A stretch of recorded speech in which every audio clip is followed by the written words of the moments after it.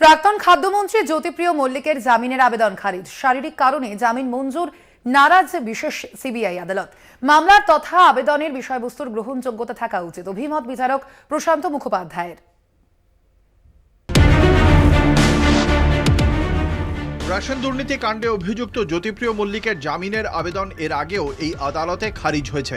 মন্ত্রিত্ব হারানোর কয়েকদিন পরেই 17 ফেব্রুয়ারি সেই আবেদন খারিজ হয়। গত বছরের অক্টোবর মাসে ইডি তাঁকে গ্রেপ্তার করে। সেই সূত্রে এ নিয়ে দ্বিতীয়বার তিনি এই আদালতে জামিনের আবেদন করলেন। প্রথমবার তিনি দাবি করেছিলেন রেশন দুর্নীতির সঙ্গে তাঁর কোনো সম্পর্ক নেই। এবার বক্তব্য ছিল বিভিন্ন শারীরিক সমস্যায় জর্জরিত প্রাক্তন মন্ত্রীর ওজন ক্রমশ কমছে, যে বিষয়টি নিয়ে চিকিৎসকরা উদ্বিগ্ন। তাঁর শারীরিক অবস্থার কারণেই অন্তত 1 মাসের জন্য জামিনের আবেদন করা হয়, যদিও তাঁর গ্রেপ্তারের আইনি বৈধতা সম্পর্কে কোনো প্রশ্ন তোলা হয়নি। পিএমএল এর 19 ও 45 ধারা এনফোর্সমেন্ট ডিরেক্টরেট সঠিকভাবে অনুসরণ না করলে অভিযুক্ত জামিন পেতে পারেন, কিন্তু জ্যোতিপ্রিয় মল্লিকের জামিনের আবেদনে এই 2 ধারা নিয়ে কোনো রকম সওয়াল জবাব হয়নি।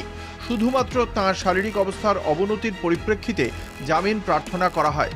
পিএমএল আইনের 19-এর 1 ধারায় পরিষ্কারভাবে উল্লেখ রয়েছে, তদন্তকারী সংস্থা পিএমএল আইনে কোনো অভিযুক্তকে গ্রেপ্তার করতে হলে তার বিরুদ্ধে উপযুক্ত নথি এবং প্রমাণ জোগাড় করতে হবে। ওই প্রমাণ যদি অভিযুক্তের বিরুদ্ধে অভিযোগ নিশ্চিত হয়, তবেই তদন্তকারী সংস্থা ওই অভিযুক্তকে গ্রেপ্তার করতে পারে। কিন্তু তদন্তকারী সংস্থা যদি উপযুক্ত নথি এবং প্রমাণ ছাড়া অভিযুক্তকে গ্রেপ্তার করে এবং অভিযুক্তের পক্ষ থেকে বিষয়টি যদি আদালতকে সন্তুষ্ট করা হয়, সেক্ষেত্রে অভিযুক্ত জামিন পেতে বাধ্য। পিএমএল আইনের 45 ধারায় পরিষ্কারভাবে বলা আছে, মূল অভিযুক্ত এবং মূল অভিযুক্তের সঙ্গে প্রত্যক্ষ বা পরোক্ষভাবে যদি কোনো ব্যক্তি বা সংস্থা আর্থিক তছরূপের সঙ্গে জড়িত থাকে, তাহলে অভিযুক্তর সঙ্গে অন্যান্যরাও জামিন পেতে বাধ্য নয়।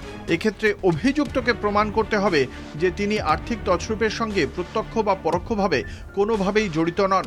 এ বিষয়ে আদালতকে সন্তুষ্ট করতে পারলেই আদালতে জামিন পেতে বাধ্য। এই প্রেক্ষাপটে ইডির আইনজীবী ভাস্কর বন্দ্যোপাধ্যায় বলেন, জ্যোতিপ্রিয় মল্লিকের চিকিৎসার বিষয়ে জেল কর্তৃপক্ষ বিশেষভাবে নজর দিচ্ছে। প্রয়োজনে তাঁকে এসএসকেএম হাসপাতালেও চিকিৎসা করা হয়েছে, তাই এই কারণে তাঁর জামিনের আবেদন গ্রহণযোগ্য নয়। 18ই মে আবেদনের শুনানি শেষ হয়। এই দিন রায় ঘোষিত হল। কলকাতা টিভি।